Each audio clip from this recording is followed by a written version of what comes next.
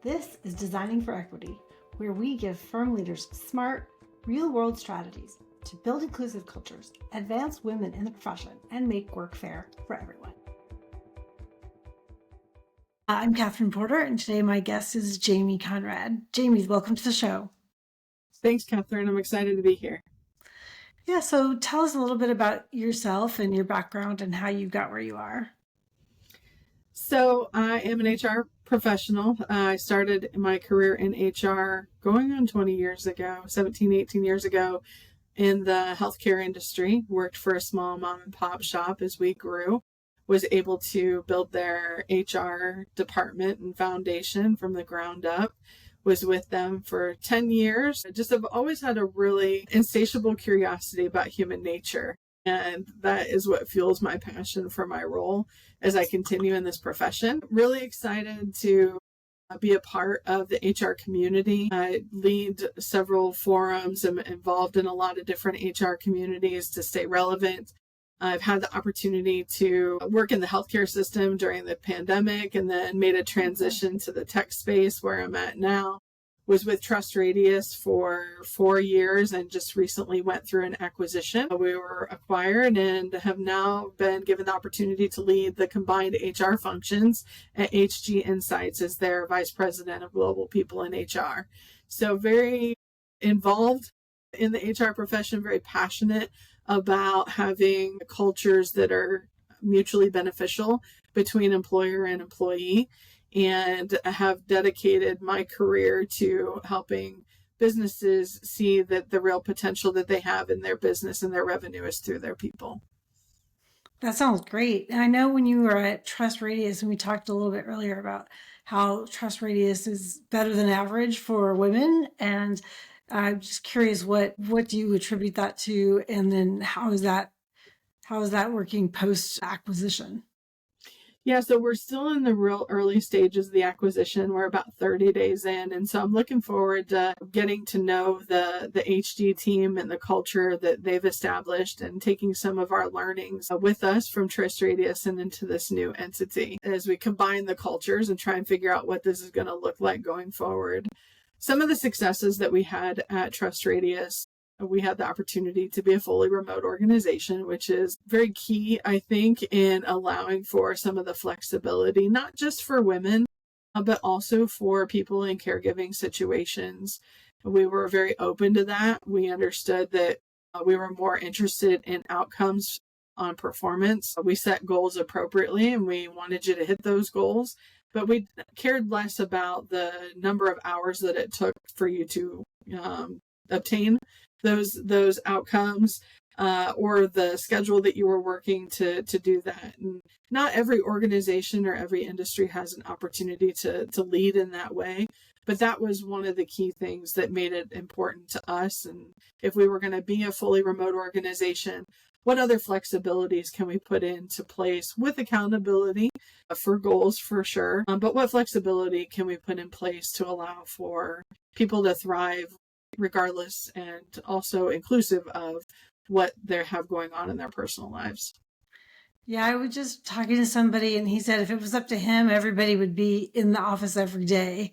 Mm-hmm. And I was like, I think that you're missing out. I know working on my own and being an entrepreneur, I do miss the collegiality of being in that FaceTime. I'm an introvert, so I don't need a lot of it. But sometimes it is nice to just pop into someone's office and talk to them. So how do you foster that kind of culture and those collegial conversations in a fully remote organization? Well, just like when you're in the office or, you have different locations for your business, you may not be in one office. You may have branches or facilities that are part of your organization, but thinking hospitality, you've got multiple Hiltons across the world, right? So we have huddles. You pick up the phone and you call somebody. Those kind of things don't have to stop just because you're in a fully remote environment. I agree that there is something to be said for FaceTime and spending time in person with the people that you work closely with on a regular basis. And I think being in the office is just fine, but it's a matter of what your expectations are around that. if you have an expectation where people are in the office and they have to be there from 8 to 5, and anything less than that or more than that equals that they're not dedicated, then that's antiquated. We're past that. We should be past that. But if you have a desire to have people in because we have collaboration sessions, because we want team building, we want those engagements, I think that's completely fine, as long as you continue to have the flexibility that if somebody can't make it because of doctor's appointments or whatnot, that's not a representation of how dedicated they are to the role or to the business success. Yeah, I think those are great points. I think that there's a trap there for people that just, they just say, I want you all in the office, and they don't really think about, like, do we really actually need people in the office? Right. Yeah. And I think that has a disproportionate impact on women and also turnover. I know from my experience, I sort of paid the price of having a flexible schedule and reduced hours while my kids were young. And then when I was ready to kind of step into that partnership role, it was like, well, we don't see you like that, and so I would think it really helps your retention for women and everybody. Have you noticed that that's had an impact on turnover? Yeah, I mean, that's one of the many things that we did at Trust Radius over the years to try and help with turnover, but less about turnover, but more about people's dedication to wanting to stay. Right. It's not just that they're not leaving, it's that they want to be there. Yeah. And so I think that's a distinction that's important to be made.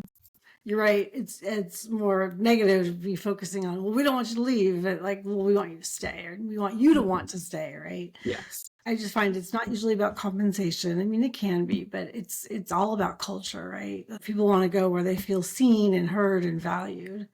Absolutely. We talked earlier about gender equity and how you build that into the firm DNA. I think curious what your take is on that. Yeah, I think it's less about big programs and more about being really clear on what outcomes you're trying to drive, so that you can operationalize those in the stages of the cycle that the employee or the candidate or whatever is going through.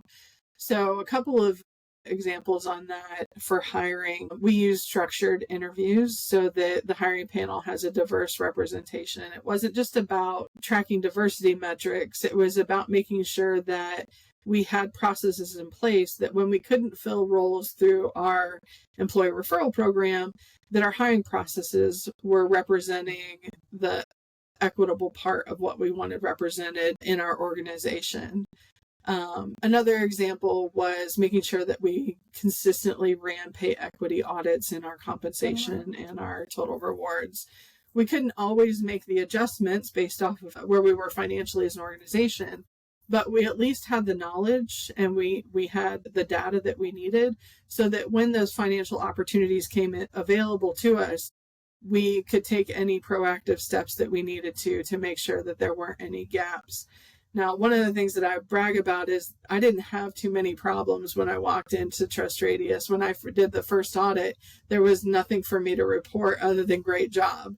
And so the practices that they had already had in place, even though they were kind of ad hoc and done without a lot of thought, it was still done with the human in mind and without the bias that you tend to see when you run those pay equity audits. And so I was really like, you take a deep breath in that, where this isn't one of those areas that I'm going to have to fight for. And I watched it play out in our organization multiple times over the years, where, some organizations will see a woman going into maternity leave as, well, let's not do anything before they go because we don't know if they're going to come back. And at Trust Radius, we took the more proactive approach of, let's make sure that that person is due for a compensation adjustment or they're ready for a promotion.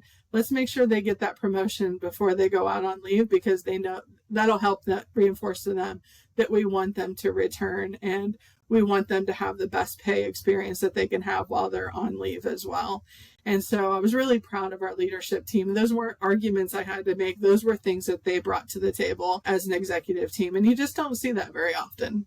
Definitely not. Especially, I'm a lawyer, so especially in law and those kind of traditionally male-dominated fields, I feel like they're, and everything is, well, we've always done it that way. And it sounds like you haven't had that challenge at Trust Radius. Hopefully Correct. you won't have that kind of challenge when you merge into the HG environment either. But what do you say to so a peer of yours that is at a firm or company where they are having to rationalize all their things? Like, where should they start? I would say you start just like coming into HG in a new organization. I'm going to take a holistic approach. I'm going to do the listening tours. I'm going to do a full audit on the HR department and the function and the people processes.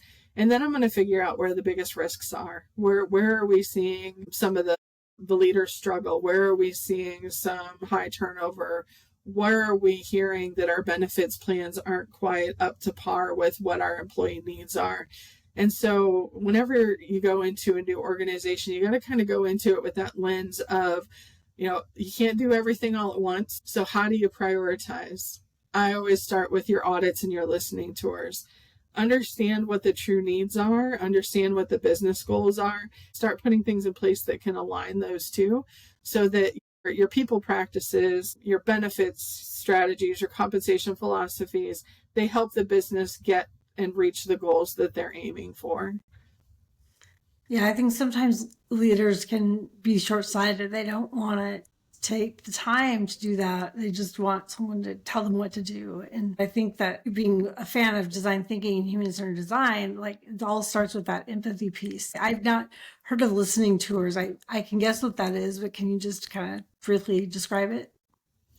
Yeah, so I'm in the middle of listening tours right now with my executive team. I've got a structured set of questions. Some are based off of gathering information that I think is going to be critical for setting up structure and processes. Some of it's going to be critical for helping to influence culture. Tell me in 3 words, how would you describe the company culture? And some of that is really just about opening up a conversation and building the relationship between myself and the individual. You have to build trust. You have to build psychological safety. So having a listening tour helps to get you in front of people. It helps to start to build that relationship, and it allows you to start to gather data and information. At the end of the day, most people just want to be heard. They want to know that their voice has a place to be heard, and that there's value in what they bring to the table. And so by having listening tours, not just with executives, but across the organization, it gives you an opportunity to get those people a seat at the table that they may not normally have, and to show them that you really do value what they're saying. When you follow up your listening tour with, here's what I heard, here's what I learned collectively, not from any one person, and here's what I plan to do with that information going forward. That's a really powerful message to send to people.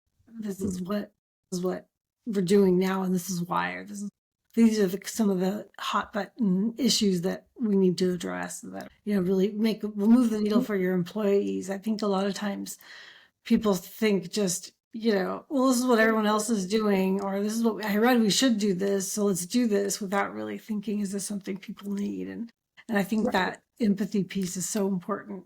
I'm curious, it seems like, given the philosophy behind those listening tours, they're not just one and done. Is it something you continue to do annually, quarterly? What kind of frequency? Yeah, the way that I typically think about listening tours, I do the first one, like, here's my structure for my first one. I'm going to hit, every department. I'm going to hit every level in the organization. And then usually what I do is I try to take those things and build them into an employee engagement survey, so that the employee engagement survey continues to capture some of that same information. And then at the end of the employee engagement survey, I decide who I'm going to do my next set of listening tour with based off of the results in the employee engagement survey. So the employee engagement survey gives me data and information, and it also helps me to set the appropriate cadence on who do I talk to next and why. So I know today's economy, there politically, there's just a lot of uncertainty and a lot of volatility. How do you lead through this current climate? Well, I think it's not just now. Like, there's been a whole series of things that have caused a lot of uncertainty. In HR, we joke about just what's one more thing that you want to throw at us, right? Global pandemic, social unrest, war overseas. Like, there's one thing after another: economy, layoffs, AI, all of these things that come that impact the people side of the business every single day. And so it's really important to understand how to lead through times of uncertainty, how to lead in times of ambiguity, how to assume risk that you may not have all the answers and you're going to have to make a decision anyway. And so I think that's where I keep going back to trust, but trust plays such an important part of that. Proactively building trust in your relationships is going to give you the opportunity to take people through uncertainty and make those decisions when you don't have all the information. People need the clarity. They want to understand the purpose of what they're doing. And when you take time to build that trust, then when you go to them and you have these situations of uncertainty or volatility, you can start there. They know that they can speak up, right? You've already built trust. You've already built psychological safety. They know that you're going to come to them with communication for the things that they need, and you're going to provide them with the clarity. And it's not just about leading for sake of being in control. It's about leading with the context that people need to stay with you on that journey. Why are we making decisions the way we are, not just what the decision is? It's about making sure that employees see themselves in the strategy that you're building. So that's why those listening sessions are important. Action plans that are created with your people and not just to them, right? So you're not going to have all the information. You're not going to have everything that you need. But when you've built the trust within your team, then you can make those really hard decisions together rather than avoid them, and do it in a very humane way that allow people to come together rather than push them apart. Yeah, I think that's so important. Like you said, it really does all come down to trust. But I think it also is an attitude too that builds that trust, the communication pipeline and sharing the information. I think sometimes leaders fall into that trap of like thinking that if they share that they're not certain, it'll make them look weak. But I think it's exactly the opposite, right? Absolutely. A lot of what I like to do is design thinking and human centered. And it sounds like you may not know it, but you're hitting all of the steps in there. And I think that's really so important. And so it's such a good approach, because in the end, it's what your people need but also what the business needs, and where you find that sweet spot of what will work for your people, what will work for your business, what works for the leaders, your executives.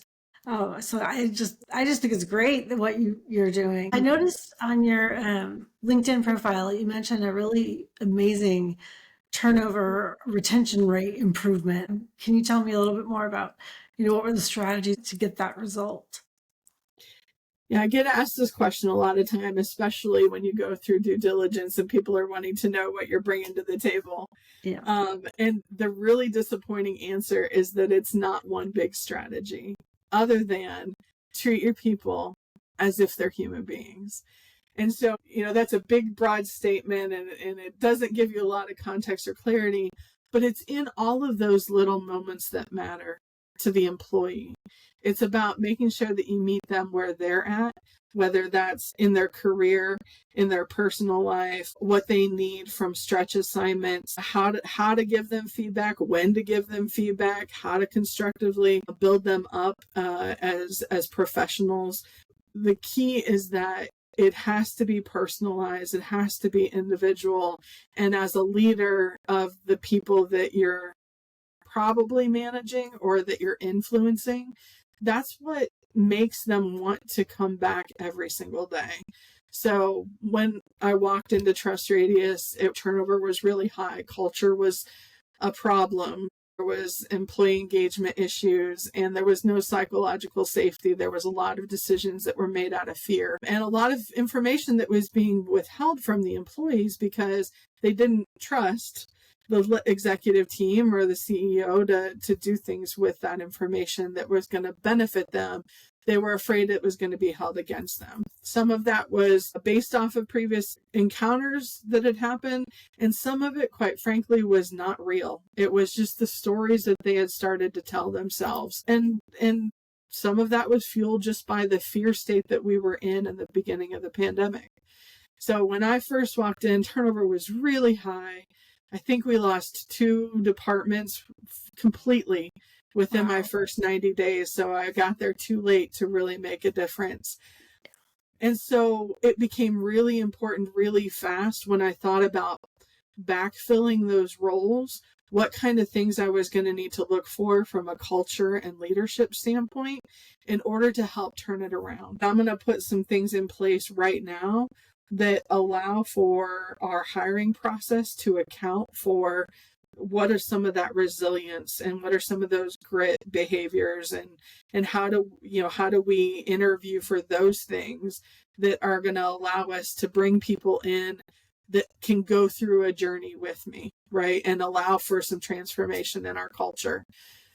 What does our culture want to be? And we had an employee engagement committee that was more like a complaint department in the beginning and morphed into, let's really check how we're doing on things. They became part of our strategy for running engagement surveys and processing and analyzing the data and then actioning on the data.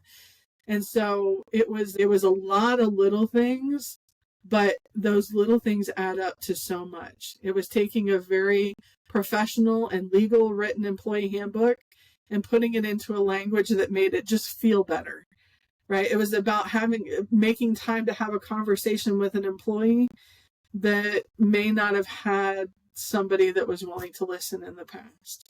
It takes a very intentional and direct approach to making sure that just people feel like they're valued. And that is at the very personal level of what they consider to be valued, not what the organization does.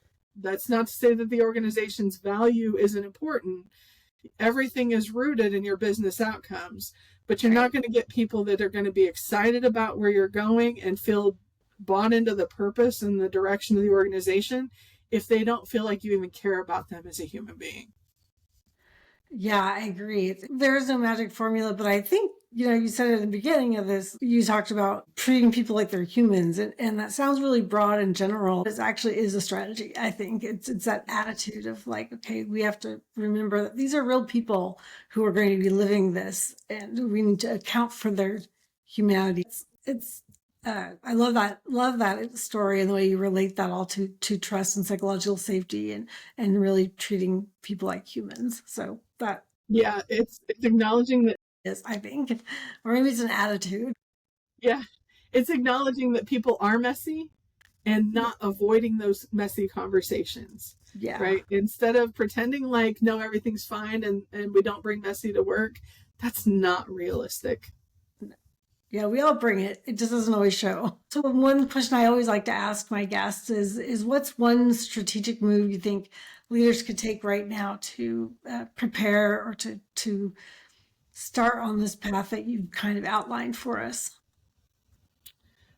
My biggest advice is empower your frontline managers and your mid-level managers to be the kind of leaders that feel like they own a culture. Everybody's heard that people don't leave bad organizations, they leave bad managers, right? That's a common saying that we've all heard of, but what are we doing to make that different? What are we doing to help make sure that you don't have those bad managers that your employees want to leave? So any investment in time, resources, strategy that you can give to enabling your mid-level and frontline managers is going to pay off. It's not just about having leadership development programs. It's about promoting inclusive leadership development. So building that trust bridge between strategy and your people, and your mid-level managers are right there trying to lead the charge and understand while they're managing both up and down and across the organization. So how do you start with them to teach them on how to give feedback equitably, how to coach them, making sure they understand how to run inclusive meetings, making sure that inclusive leadership is a non-negotiable part of the performance that they're trying to drive. Anything that you can do to invest in their confidence level, in their enablement to lead and lead in the way that you want, is going to make sure that you're not only developing a culture that's inclusive and equitable, it's also going to be sustainable. It's going to make sure that all of those other metrics that you report on in HR are resulting in the ways that you want them to be. Now, sometimes that takes technology, sometimes that takes internal development programs, sometimes it's outsourced, but at the end of the day, it has to be, again, meeting those managers where they are and making them feel confident, regardless of their learning style, regardless of their personality type, regardless of what their career trajectory is or what their experience has been. What do they need to be confident, enabled, and communicative in an open way so that you've got that inclusive and equitable culture that you're trying to drive that does put people first. It puts humans at the forefront of your decision making, because that's how you get your business strategy to align with your people outcomes. Yeah, I think that's a really great point about focusing on those middle managers, because they're the key to so much. And maybe it's not, linear thinkers were like, well, you start either at the top and go down or the bottom and go up, but no, I think you start in that middle and just really focus that. So I love that perspective. Jamy, this has been a great conversation. And how can folks get in touch with you or find you, or what would you like to share with folks today? Yeah, so I'm on LinkedIn. I'm very active there. Please feel free to reach out to me, connect with me. Love to continue to grow my network. And if I can be a resource, I am very open to it. Like I said, I'm very active in our HR communities, in business leadership communities, and I'm very passionate about humans being at the center of what we're doing as a profession. So please feel free to reach out to me on LinkedIn, email. I've got all of my contact information public. So looking forward to those future conversations. Yeah, me too. Thank you so much, Jamy. Thanks so much. I appreciate it.